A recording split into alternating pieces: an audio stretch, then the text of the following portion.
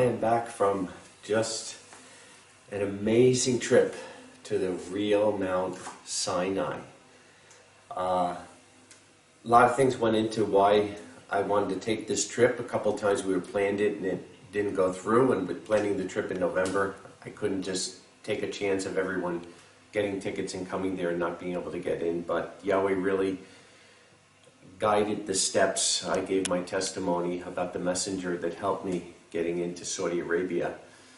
But I just want to share with you now because, this is amazing why Yahweh is doing this in the time we're in now. Matter of fact, I was supposed to go a month earlier, and because of Ramadan, I wasn't able to go. I had to wait. But this was the perfect timing right before Shavuot, because the commandments were given on Mount Sinai on Shavuot. So I'm going to share with you in this video, a lot of the things that I saw in preparation for our trip in November. But I realize now why Yahweh's opened this door now, because there's a program going on down with Saudi Arabia, Egypt, and Jordan called Neom, where they're building these gigantic cities in the wilderness for the elite for the times coming. And either the antiquities could either be destroyed or removed or fenced in or whatever, but this door now that's open will not be there long, and Yahweh needs his people to see it firsthand with their eyes so that we can be his witnesses in the time we're living in, that the Exodus is true. The greatest thing that Yahweh has done with man since the creation in the Garden of Eden was the Exodus, and the proof is all there. So praise Yahweh for that, and I'm very excited that he allowed me to be there. And the key is now his name has to be proclaimed. It's not just about going there and seeing these things. It's about his people, his remnant that he's calling in this end time, of seeing it and being a witness of what Yahweh's doing. Not about man, but about what Yahweh's doing.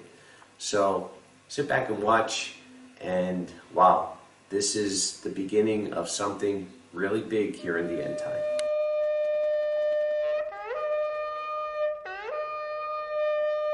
From east and west, from north and south, they came with all they had, driving their flocks and their herds and their camels before them.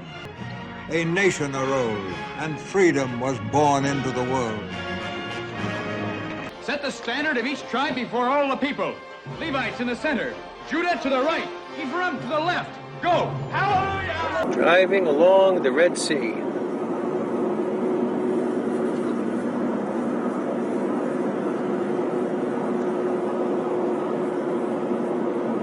Going a little bit faster than the Israelites did. The car is mightier than the foot. But this is really a good spot to see. And again, the mountains on the other side are Egypt. Here we are.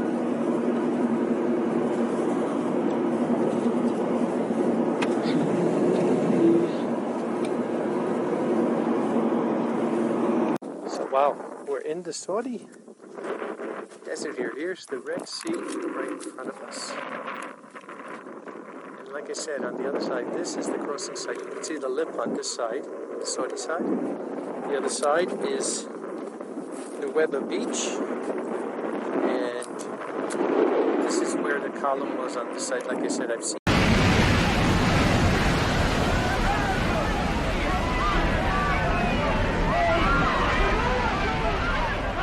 See the lip of the ocean there. First time I've been on the Saudi side. Right there in that water is where the chariot wheels are. They found a lot of chariot wheels. They called it a junkyard of chariot wheels that are on that side. We'll be back. We're here now going to the pillar. There were two pillars that were supposedly put up by King Solomon, one on the Egyptian side, which I've seen before. I have pictures, and one on this side. We're going to the one on this side that was cut down by the Saudi government, but there's still a marking of where that pillar was, and that's where we're going. So this is the area here where the crossing site would have been. The Weba is across from us, and this is the Saudi side, which will be at that pillar shortly. I am talking to you from Saudi Arabia.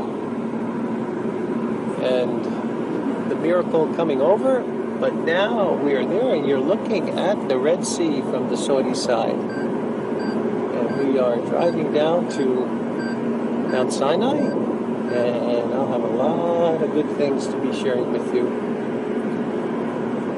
So until then, be well. So we're coming away from the water now, going toward the mountains. And Elam is behind these mountains here. The problem in this area is the roads are not very good. But we will get to see all these things anyway. It just will take a little bit more time. So we're traveling up here now away from the water. Going up toward Jebel el-Lawz, the mountain of Moses. We are driving now on our way to Elam, and you can see all the mountains and the wadi to our left. Saudi Arabia, following in the footsteps of the Israelites, coming from Egypt through the Wadi Watir, from Ramses and Goshen, and then the Wadi Watir taking them to the crossing site in Nueva, coming across, and then from the Red Sea in Saudi through the valleys going to Elam, where the Bible tells us were 12 wells, and we will see those wells shortly. Amazing sized mountains over here. You can see all around.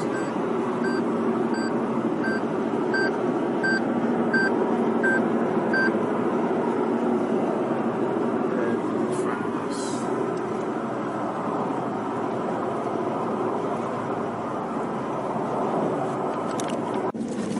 Here we are on the Red Sea. We're traveling up toward Elam, where the 12 wells were and the 70 palm trees. And beautiful here on the Red Sea across is Egypt. Many times we've been on the Egyptian side, now the first time on the Saudi side of the crossing. على بعد 600 متر الاتجاه نحو اليسار قليلا.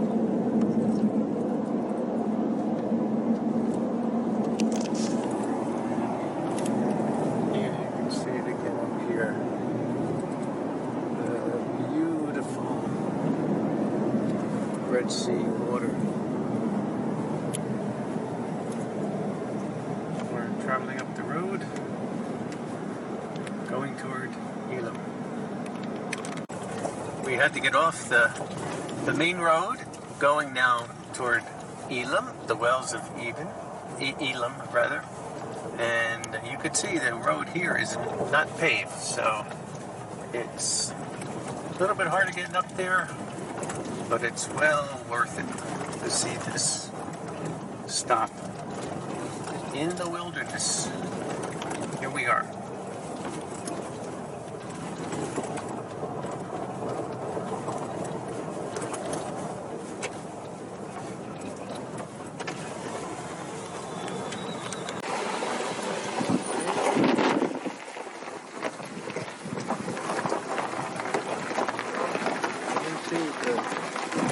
We're really out here in the wilderness, and there's so many rocks. It's amazing. You would never think in this area that you could find palm trees and wells, but nowhere. Now I'm understanding. I was wondering, why did they count the palm trees? Because you're in an area where you would never find palm trees, so they counted them. And because of the wells. And again, no water out here except for these wells that we're going to see. And how how many wells? Exactly 12 wells, the Bible tells us. And here we are, 3,500 years later, and there's 12 wells in this area with these palm trees where there's nothing even remotely like this anywhere else. And we are in the place of the biblical Elam. Wells here in Elam, and we will be seeing more of the wells as we travel along here.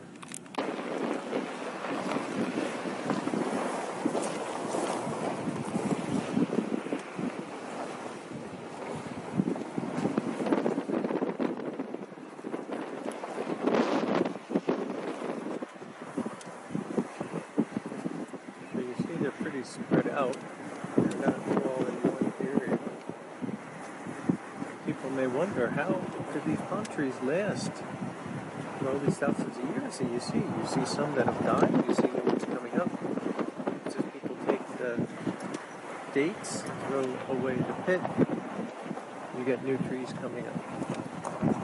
So here we are, 3,500 years later, and they're still here, mainly from the water. Of course, if you didn't have 12 wells, you would not be able to grow anything here. Yeah, there's another one in there. You can see it right there. Another one of the wells right there. There's another well you see over here. One of the 12 wells of Elam. You see more palm trees. So I didn't realize that this was spread over not a tremendous amount of area, but not all together in one small area. But it's a big area around here because again you had 2 million people. You could see how big the area is all the way around. But all these people, they would have camped and then spread out and go to the different wells. Here's another one right in front of us, another well right there.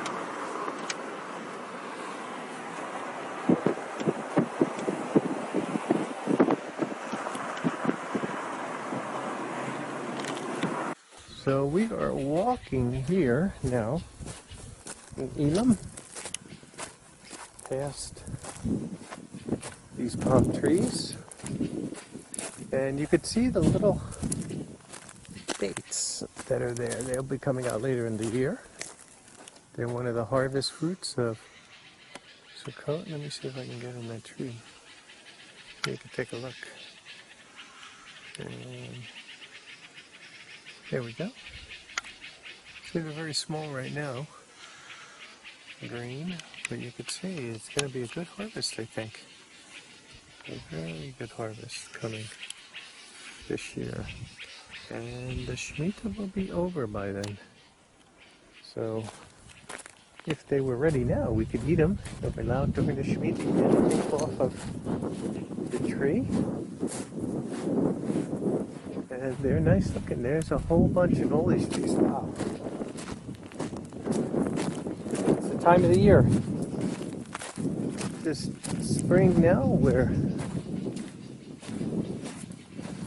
all these things are coming about. And here's, in front of us, we'll see another one of the wells. It's amazing. No way up this wadi up here, it takes you right to the Red Sea crossing. So this is, without a doubt, this is Elam. And there's exactly 12 wells. This one is clogged up here now, but there's water underneath it. They are ancient. And not 10, not 11, 12 wells in all the palm trees, only area where you have this. Right coming, they would have came, the Israelites, through this area, and a large area here, camped here, and they would have had plenty of water, at least at this time. So, biblical Elam. So we are still walking in the valley. You see more palm trees over here.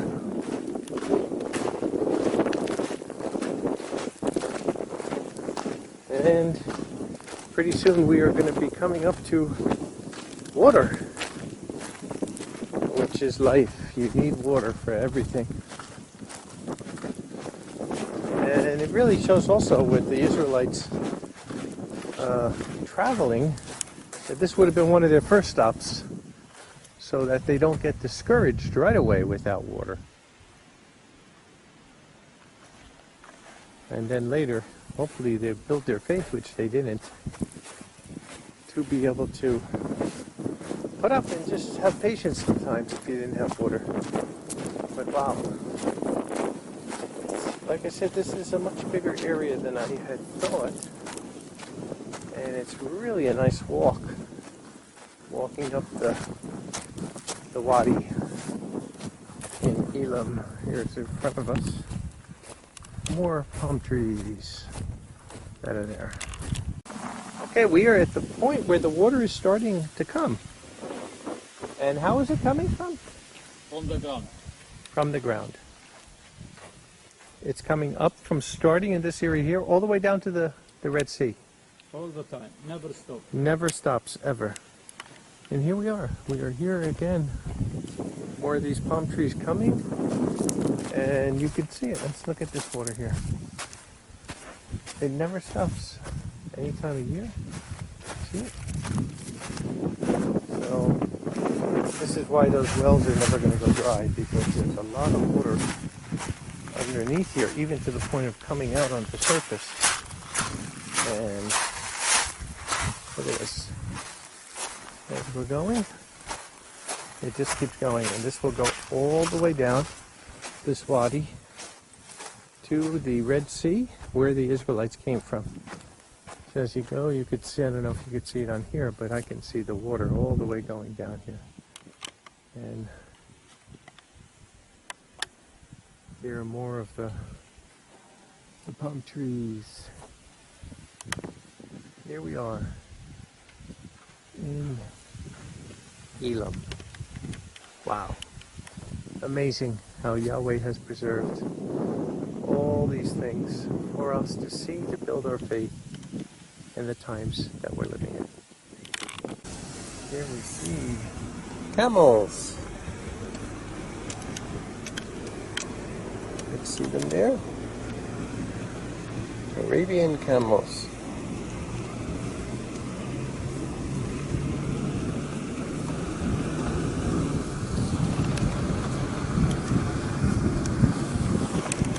In the ancient city of Midian. If we remember, Midian was the area where Jethro was from, where Moses came, and a very important story happened here. What happened? Moses met Zipporah near the well. The Amalekites were giving trouble, and he came and helped them. And we are walking toward the well of Jethro, where this story happened, and then we will also see the caves of Jethro that's here in ancient Midian. And he found strength from a fruit-laden palm tree, and life-giving water flowing from the well of Midian. Let them be first whose hands have drawn the water. The stranger is wise and strong. Drive back your goats until the sheep are watered. But this is a pretty good sized well. And this is the well where Moses met Zipporah, the well of Jethro. You can see it's all natural casing. A lot of times they put it in and try to take a picture of the other side, because I believe there's also steps going down there. So let's see if we could walk around. It's all caged in. But to see it from this side too, give you a good look. But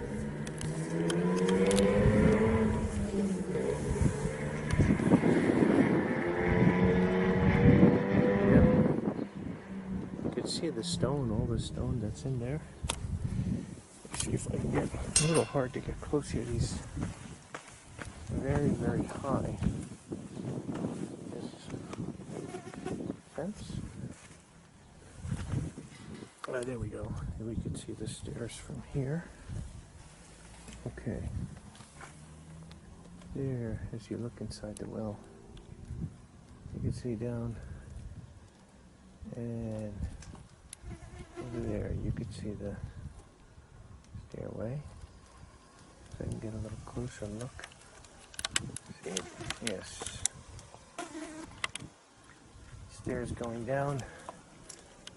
They would water their sheep and their goats. And this is it. This is the well in Midian. Okay, you can see here, you can see some ruins. I'm looking over here. And here is an ancient aqueduct where the water would come down. And you can see it.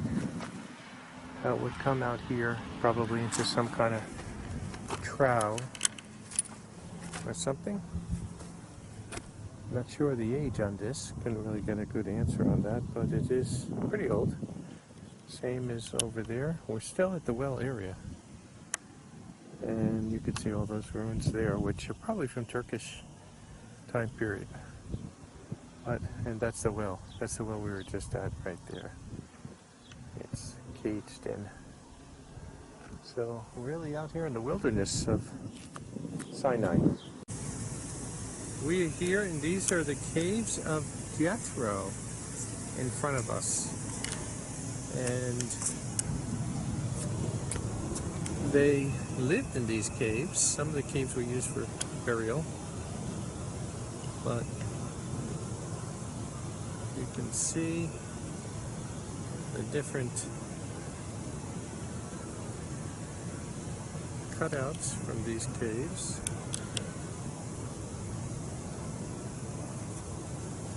And Moses' father-in-law, Jethro, that's what these are called. Jethro's caves.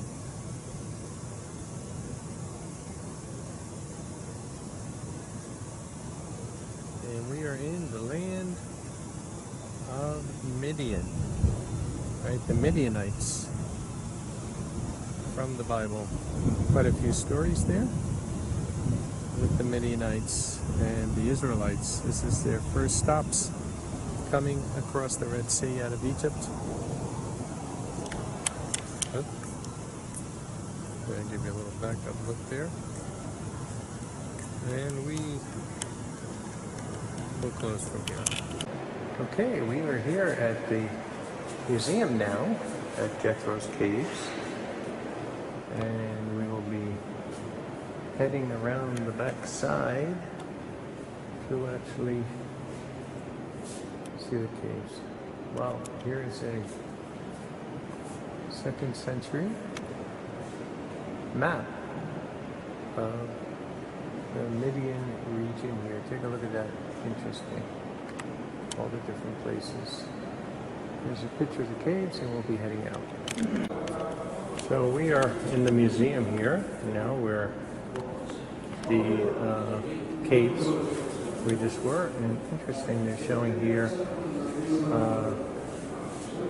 Al-Bada in the Midianite and Edomic periods, and different things that they did find here from that time. You know, that you could read. It's not far from the Dead Sea. Well, so this would have been one of the first stops Israelites made coming out of there, you know, and of course, because Jethro was the father-in-law, and also the Edomites, you know, that lived in the area. So they show here, and we're gonna just head this way a little bit to show some Talmudic writing that was found here. This is a Nabatean inscription, and up here it talks about in the Lehianite and Nabatean periods.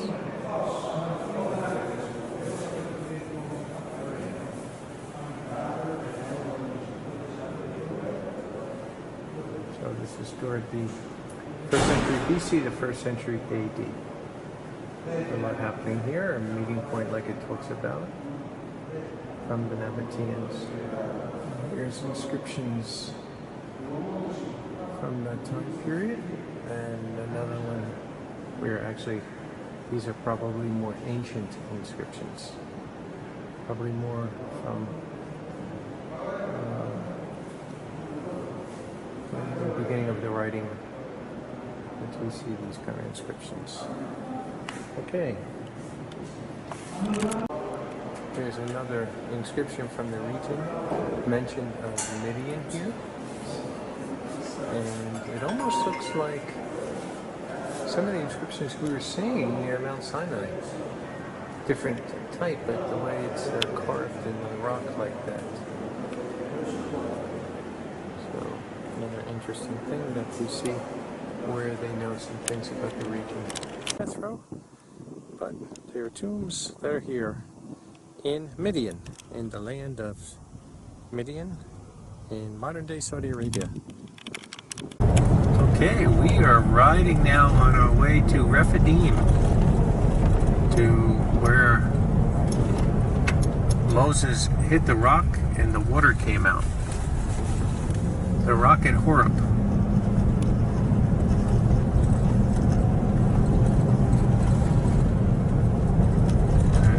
Some construction here on the road.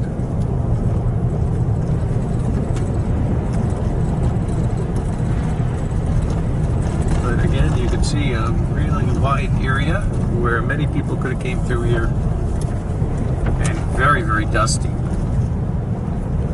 So not a good area to be walking for days at a time, but we will be very shortly up to the Split Rock, which over here they call the Spirit Rock.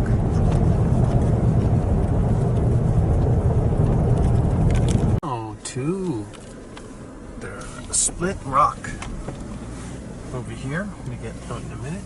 But just showing you a little bit of the area here. There's a lot of rocks and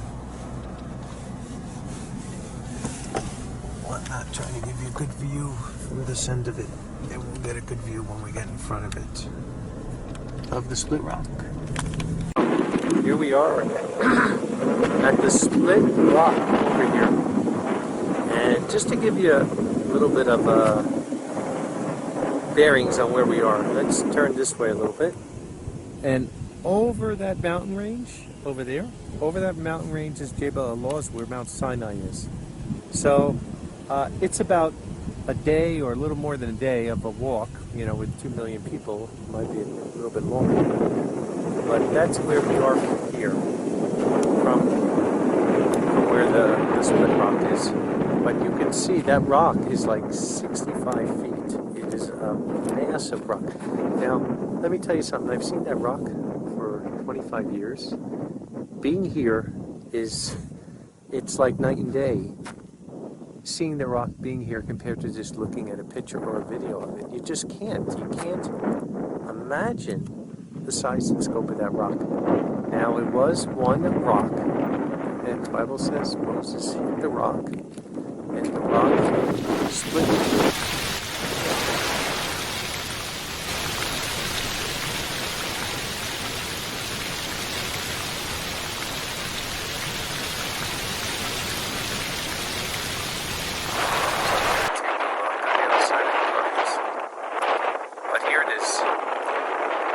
Yahweh told Moses that people were complaining. They had no water, and Yahweh told Moses to strike the rock. He struck the rock, and the rock clave in two, and water gushed out. And from what I've read, underneath this massive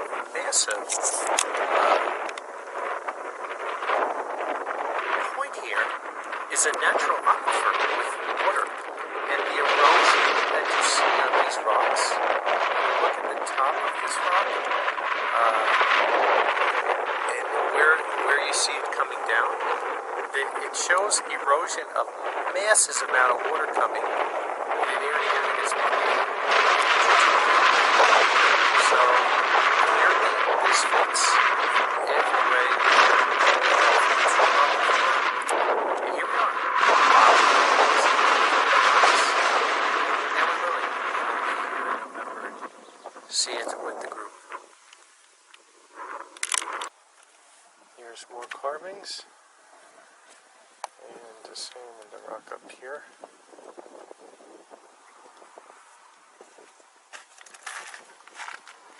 These like sandals. We saw the three, and there we go over here. Maybe a cuff.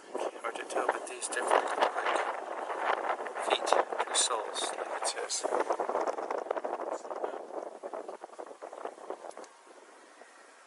Same over here. And let me just show you, compared to where we are to the rock. That's it up there. Let me try to pull it in. That's the backside of the rock, or in the backside of it now. So you see the backside of the rock, and then we're seeing these carvings. Another rock here. Same place of the split rock behind it. We see an archer there. You can see an archer there shooting. And then you see something that looks like a goat. Some other drawings up there of a man. And well, all the same from the time of the Israelites. And like I said, there's the split rock right behind it, and this is like a rock graveyard that went over here.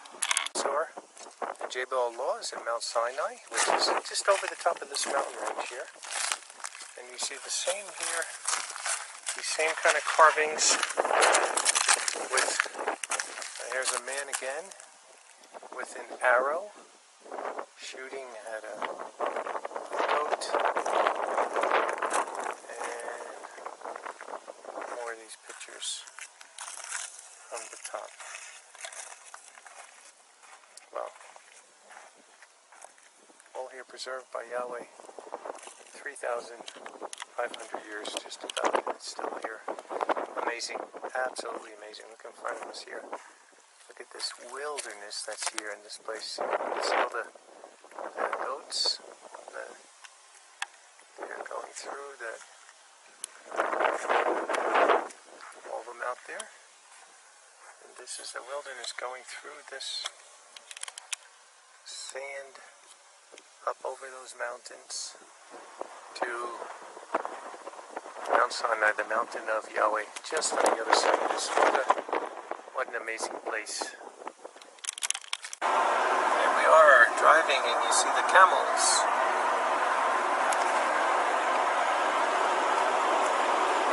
All over. We're going. Oh. So here we see, in front of us is Jebel el-Moz,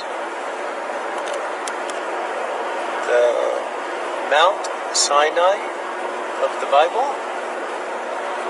and we will be going around shortly to it.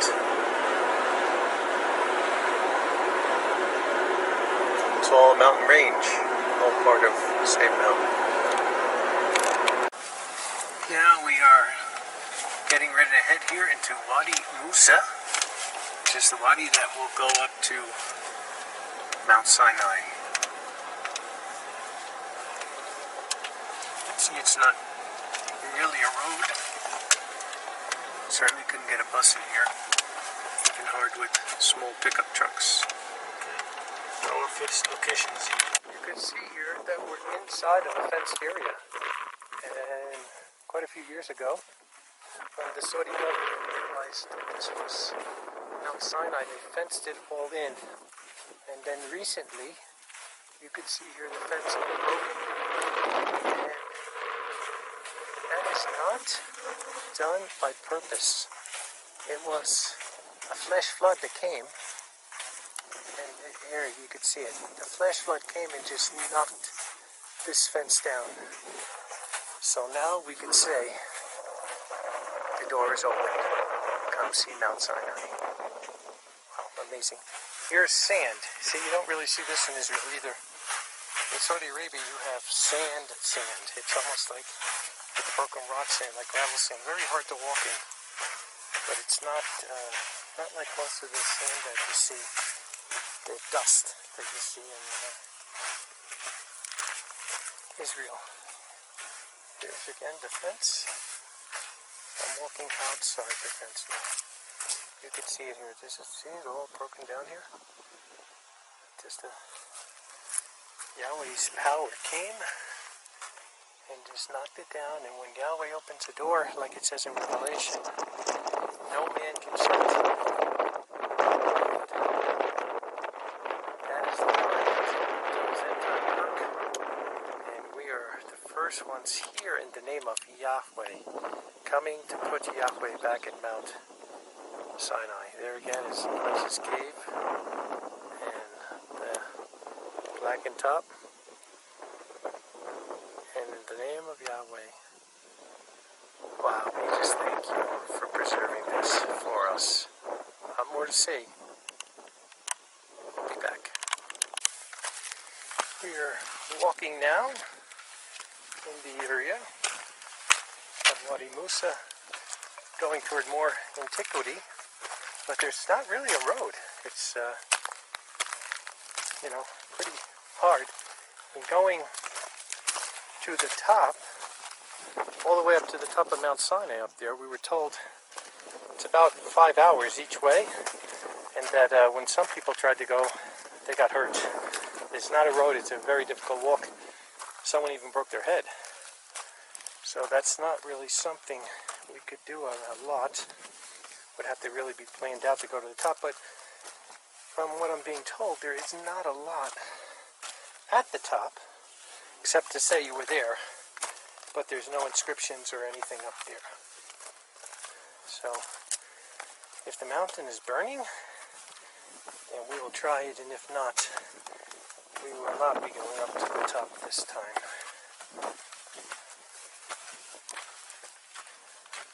Wow. So here we are. This is all rock here in Wadi Musa, and the water would come up from the valley and come all the way down here through the wadi and all the way out. And what happens is in the winter, you don't get a lot of rain here, but when you get it, it comes hard and it comes fast, and this turns into a river in minutes. And you don't want to be there because you could lose your life if you are. But well, this is where we are, right in the wadi. We are here where they made praying to the golden calf, a real sin before Yahweh. We're going to show you some inscriptions, but there's a fence all around this place with barbed wire. Not being able to get inside, but whoa, the gate is open. I put before you an open door that no man can shut. So the police, you can see the lock on there. The police put a lock and gate on here so people couldn't get in. But we are in. We'll go to some of these inscriptions here. Wow. Here we see inscription from the Israelites on the rock here. And after thousands of years, they believe it was probably carved with a spear or something like that, that this would still be there after all this time. But this is a really, really unique carving that you could see really at the beginning of the wadi. So we have a long way to go to get up to the mountain, but this is at the beginning and a really, really important carving that we see that they left their mark over here. And these are Hathor cows. These are definitely cows that were used as gods in Egypt, and they were carving them into the rocks over here. We see here now this man, this drawing himself like I'm strong, and we know that it is Egyptian style. Yes. Because in Egypt they have a lot of this inscription. Wow. And here also we have another man. He have arch. Maybe. Ah, yes. Bow and arrow. Yes. And how about over here? This looks also like a mandir. Yes, like. With almost like a catching of like an animal or something. Yes. And a lot of cow.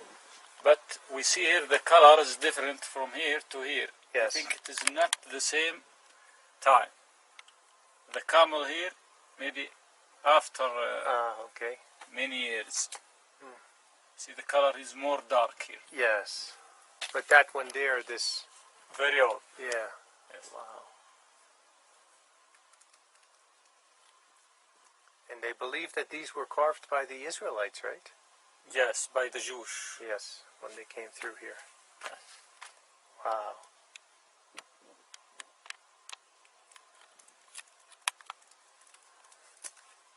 Here's another, this looks also like a person. Yes. Standing on top of... How about this? It almost looks like a... box? Yeah, like a box. Maybe. I Maybe wonder. someone is trying to draw. Maybe, that time. yeah. It almost looks like a drawing of the Ark of the Covenant. Yes. Wow. And because they have a lot of story with the cows here in the past. Mm-hmm. We are coming to another inscription here, and do you know what it means? It is mean 3 men and 1 woman with them, and they have maybe deers and goats, and we see they are looking, we are strong. Yeah, the same thing. They're making that. It is Egyptian style. Uh-huh.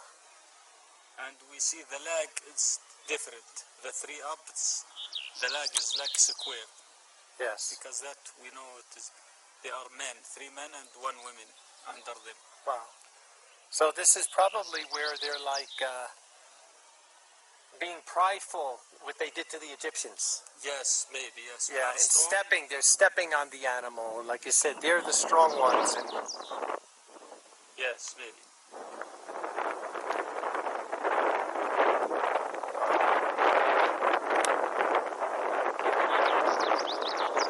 you can tell all of them were from the same time period, the way they're carved. Yes, the same time. Yeah. Here's another plant. This plant tastes really like lemon.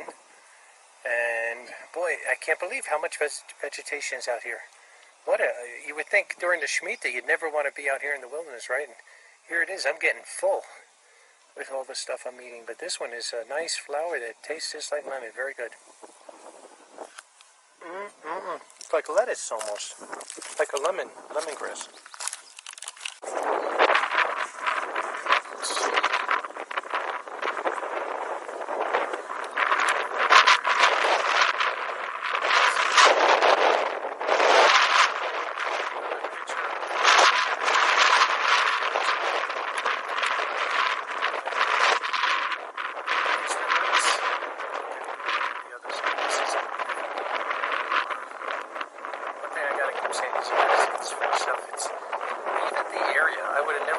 Seeing this for 25 years, the videos, of Mount Sinai and the videos of this. And the area is nothing like I thought. Absolutely nothing like I thought. The size of it, you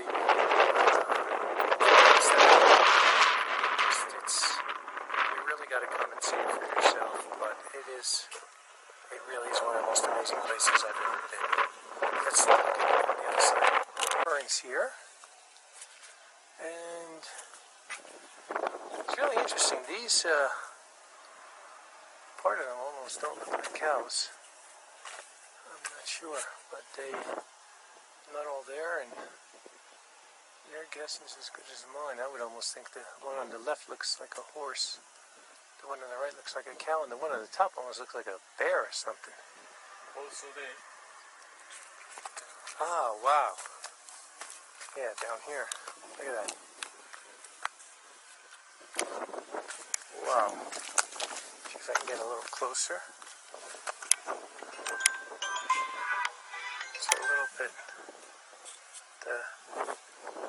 right now is not so good. Look at that. Wow. Yeah, that's where they have like a horn on top of the cow. And then you see other drawings. Man, that is unbelievable. Look at that. And then that big cow there with the horn. This is unreal. I know I keep saying it, but you got to see it.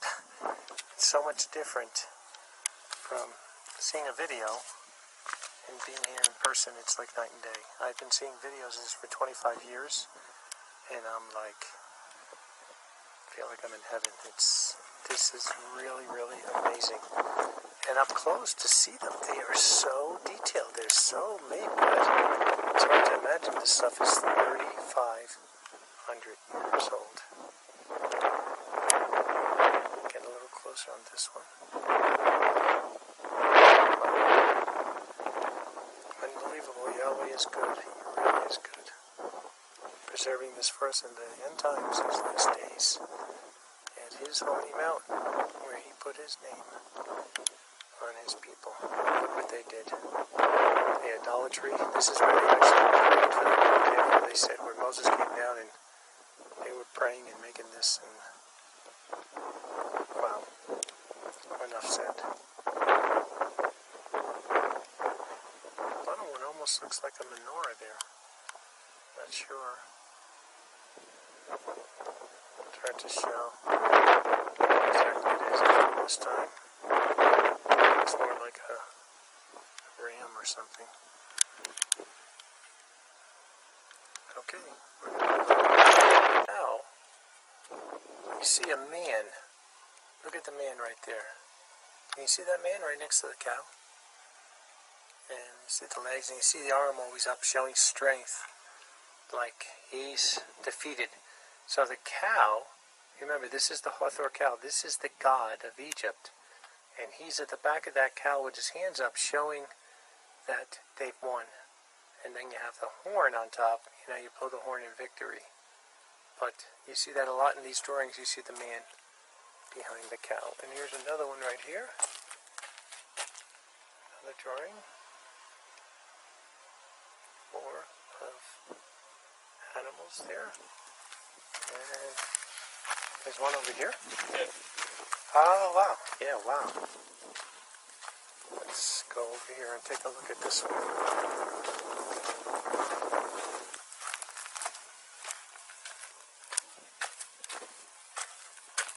There we go.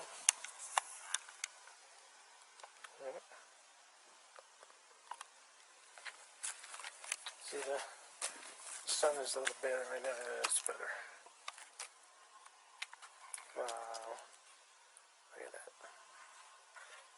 More of these drawings. And you know, on the internet, you see a few of these drawings, but they have found more recently. And hardly anybody's even been here. So you can only imagine if they actually, people came here for 6 months, you know, professional people looking, what they could possibly find all around here. It's unbelievable. That what? The man behind the Oh yeah, the man behind it again. Huh.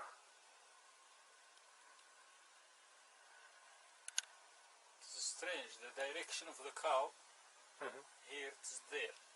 And the other, the same direction. Yes, and what do you think that is over there? Where? That little, like, circle. Ah, you know what that is? That's a shoe. You know how I know? How? Because the line's in it. The line, like that, is the ancient paleograph for either the sole of the foot or the palm of the hand. So wherever you see the shoe, sometimes you see those lines in the rocks. 4 lines. Yep. It could vary. Sometimes it could be 2 or 3 or 4. But that definitely is, that's what that is. When we see some more of the rocks, I'll show you that you see those lines in it.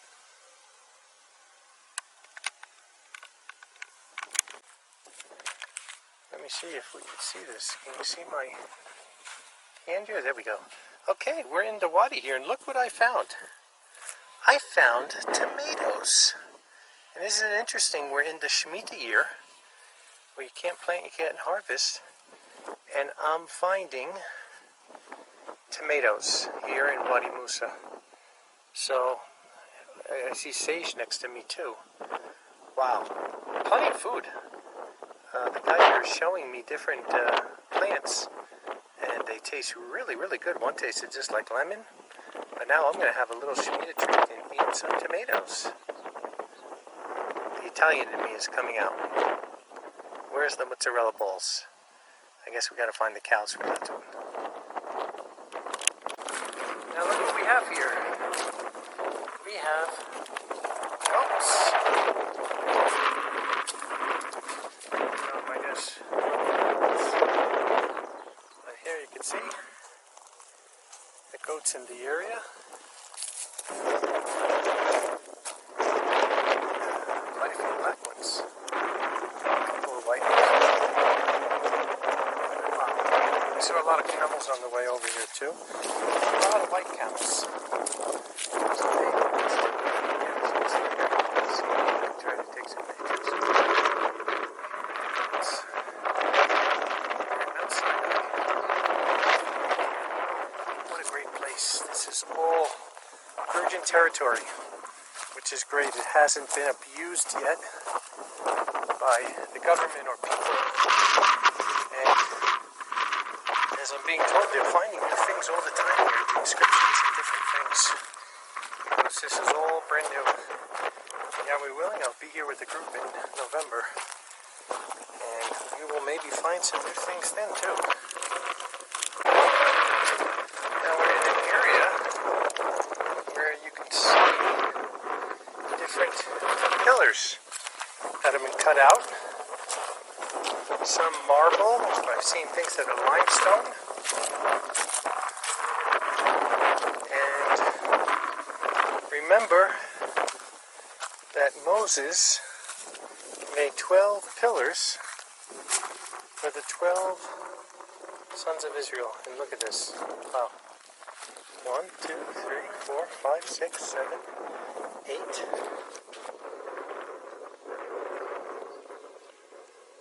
And these definitely looked like they could fit the bill, because they're not from this, they're not just natural, they're definitely cut out, you could see.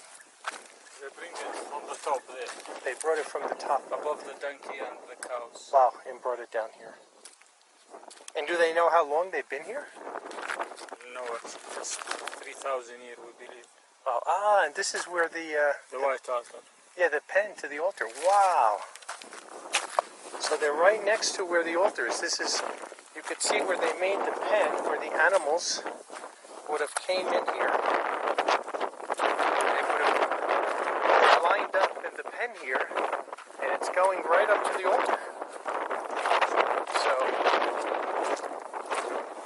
they would have been walking in here. You could see it turns the shape. We even have a couple of goats that are inside here. Maybe they're waiting to be sacrificed. But they come, and this brings you right to the altar. Unbelievable. Wow. Boy, tell me that ain't proof. And this is from the time of the Israelites. So they would come here, they would bring all these animals, and they would bring them here to the altar. And they would sacrifice them here at the altar. Wow. This is unbelievable. Boy, a long time waiting, but am I happy to be here now. I'd never seen anything like this. You can see all the goats up there. If they only knew they were hanging around the place that was used as a sacrifice for their great-great-great-great-great-great-great-great-great-granddaddies how many years ago. I don't know if they'd be hanging around here. The altar is here. And amazing place. How they bring that rocks from the top. It's very far Wow, from here, yeah. and very difficult to go there just alone. So how would they do it? Do they know? They know this idea from Egypt. They know. Ah, They work in the building pyramids. pyramids there. It is like the idea. So they knew the idea how to move big stones like that. Yes. Wow. Very heavy. Yes. You saw them there. It's very heavy. Yes. Wow. Boy, look at this. How this is still together after almost 3,500 years, even with part of it being made out of dirt. But one thing is they don't get very much rain here, which really helps to preserve the antiquities over here. You can see all around here in the altar. Alrighty? They was killing the animal here in this place. Yes. Make the blood go down, like sacrifice for the god. We see here door, 3 doors here. And all this rock is like sign or direction to Mecca. If you go up the mountain, you will see it like a direction, like this. Yes. Yeah, like a We are a an Muslim. angle. We pray to the same direction. Wow. And from what I understand, they dug here and they found some bones of animals? Yes. Yes. Wow. And they believe that this is from the time of Moses. Yes. Yeah. And they live with him here. Wow. It's amazing that this has all been preserved. Unbelievable. And by the size of this, you could tell they were killing a lot of animals then. Yes.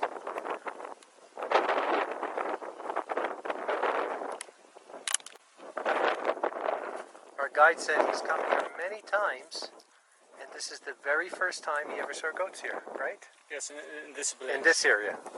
Wow. And here it is, like I said, the very place where they would, if they only knew, how many years ago they were all being slaughtered in this area, maybe they wouldn't be here.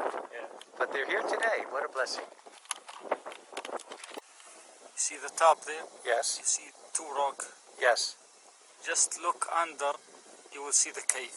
Ah, the cave of Elisha. Yes, you see shadow there, small shadow. That's the cave. Wow.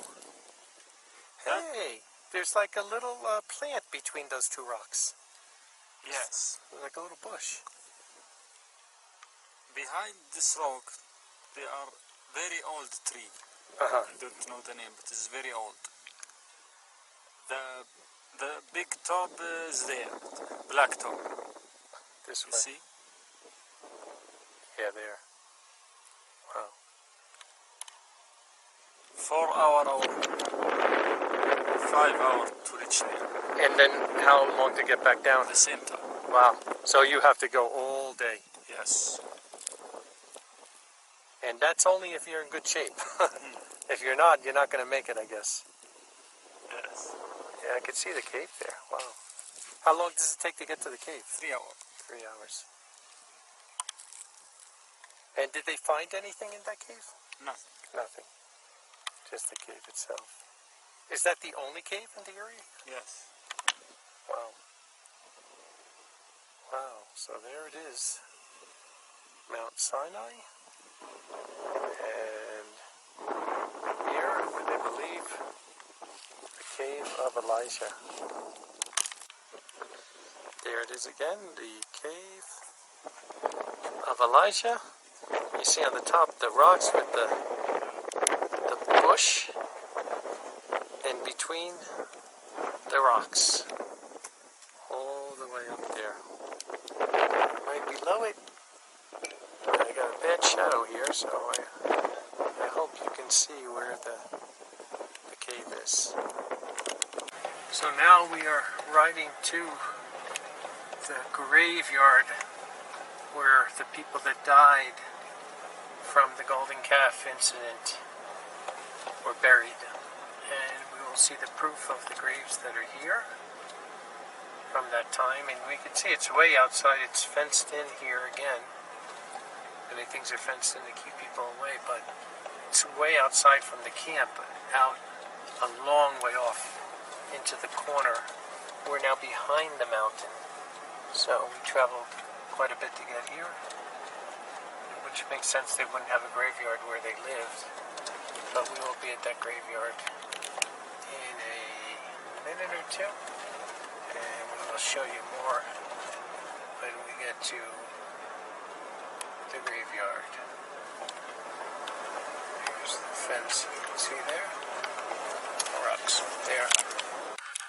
So you can see all of these rocks are in a row here, and they're leading to the grave.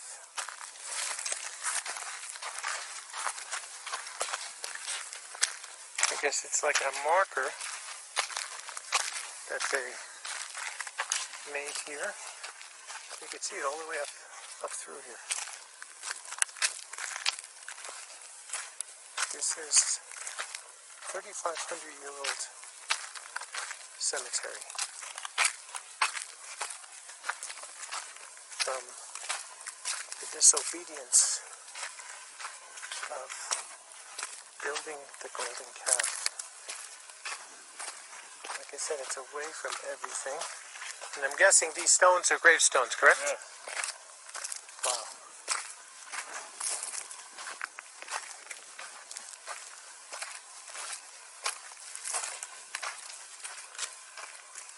No markings on any of the stones?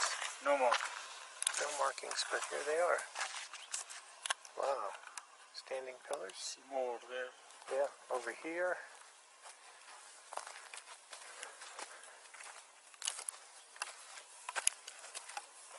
You think they did it by tribe? Like they marked for each tribe? Or you think just like here, like a lot of them fell down? Yes. A lot of them, but not like this before. Like that looks like it was one. Wow. They just put them under the ground in the same place when they died. Yep.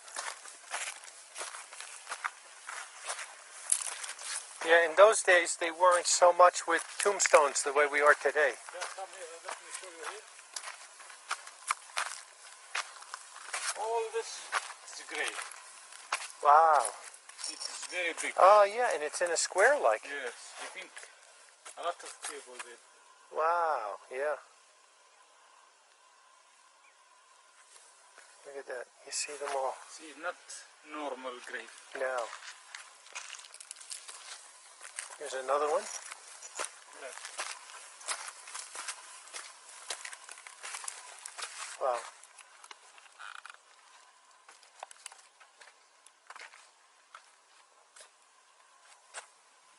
Here, too.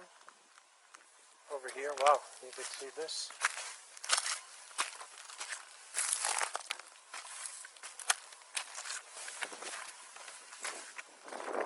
Same.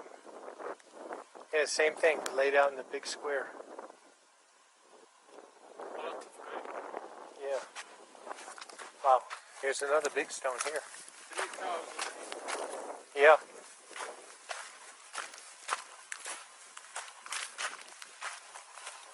There's another big standing stone.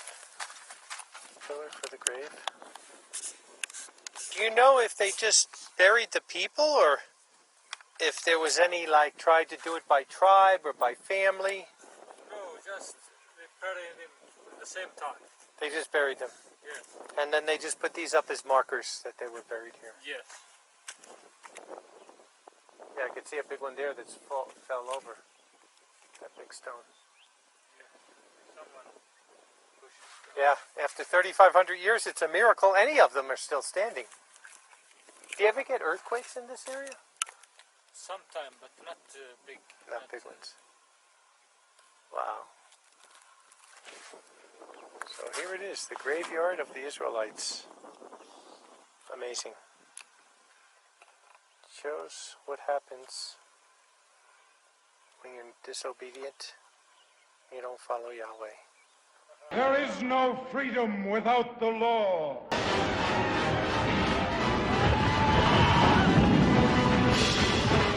Okay, we are in the morning getting ready to leave. and continue our journey. One last time. Here, Mount Sinai, you see the blackened top of the mountain. And in Exodus 15, after Yahweh opened up the Red Sea and then let it come back in on top of the Egyptians. This is the song they sang, that Moses and the sons of Israel sang the song to Yahweh, and spoke, saying, I will sing to Yahweh, he is highly exalted. He has thrown the horse and the rider in the sea. My strength and my song is Yah, and he was to me salvation. This is my Eli, and I will glorify him. The Eloah of my father I will exalt him. Yahweh is a man of war. Yahweh is a man of war. Yahweh is his name. Yahweh is his name. Who is like you among the Elohim, O Yahweh? Who is like you, glorified in holiness, fearful in praises, O worker of wonders? You stretched your right hand, the earth swallowed them. In your mercy you led the people whom you redeemed. You guided in your strength to your holy dwelling. Right here. This is where they were guided to. This is where Yahweh made the Sabbath covenant with them. This is where the children of Israel were. This is where the covenant started. And this is where Yahweh's name was pronounced to Moses, to the people of Israel. So while one of the greatest blessings of my life is being here right now and sharing this with you, and Yahweh willing, we will be back in November. And there we are, ahead is Mount Sinai. What a great day, one of the best days of my life. Seeing all this, being at the mountain of Yahweh, sleeping right here at the mountain of Yahweh. It doesn't get any better than this. The original Mount Sinai, seeing all that proof, so much more than I ever knew was available. And then the sober part of seeing the graves there of those people that were disobedient. But wow, being right here, right where it all happened. And there's Mount Sinai. And like I said, next to it there is where the cave is. It's kind of dark to see it now. You probably can't see it. But it's, oh yeah, maybe we can get it in. Cave of Elisha. It's right in that. My tent is directly, you can see the sun up there, right? As the sun is setting right behind Mount Sinai. Wow. Right behind Mount Sinai, the sun is setting up there. And my tent is right here below it. Now, come in my tent. Come, I will show you my tent. Look inside of here. It's actually a cot and a table and a rug on the floor. And it's a good size. You could stand inside of here. But this is amazing. This is really amazing and looks brand new. But this is where I will be sleeping tonight, waiting to hear the revelation from Yahweh. This has been an amazing trip so far. So here we are in the morning here at Mount Sinai. And let me just show you. There's the moon up there. Wow. And here is Mount Sinai in front of us. Let me just read you some scriptures. Exodus 3:1. And Moses tending the flock of his father-in-law Jethro, the priest of Midian. And he led the flock behind the wilderness and came to the mountain of the Elohim to Horeb. And the messenger of Yahweh appeared to him in a flame of fire from the middle of the thorn bush. And he looked, and behold, the thorn bush was burning with fire, and the thorn bush was not burned up. Whoop, let's get that picture a little better. And there's the blackened top of Mount Sinai. And Moses said to the Elohim, Behold, I shall come to the sons of Israel and say to them, The Eloah of your fathers has sent me to you. And they will say, What is his name? And what shall I say to them? And Elohim said to Moses, Ayah Ashayah, I am that I am. And he said, you shall say to the sons of Israel, Ayah, I am, has sent me to you. And Elohim said to Moses again, you shall say this to the sons of Israel, Yahweh, the Eloah of your fathers, the Eloah of Abraham, the Eloah of Isaac, the Eloah of Jacob has sent me to you. This is my name forever. And this is how I should be remembered from generation to generation. So right here, right up there, right at the tip of this mountain is where Yahweh said this to Moses to tell the children of Israel. And then when he brought them there, Exodus 20, and Elohim spoke all these words saying, I am Yahweh your Elohim who has brought you out of the land of Egypt from the house of bondage. You shall not have any other Elohim before my face. Verse 7, you shall not take the name of Yahweh your Elohim in vain. For Yahweh will not leave unpunished the one who takes his name in vain. Right here on that burning mountain, as Moses was up there, and on that very rock that you see in front of you on that mountain, Yahweh put these commandments on 2 plaques and gave it right there. And what a blessing to be right at this spot. Because like I said, nothing to take away from some of the others that have come here. Praise Yahweh for anybody that has been able to see this mountain. But we're coming in the name of Yahweh, and that's the name he gave right from this spot. And what a blessing to come here. And this time you're alive in the very last days. You're alive in the time that Yahweh's kingdom is coming. And to know his name and to have his name open to you. And to come here to his mountain and proclaim his name from his mountain. There's not a greater blessing on earth.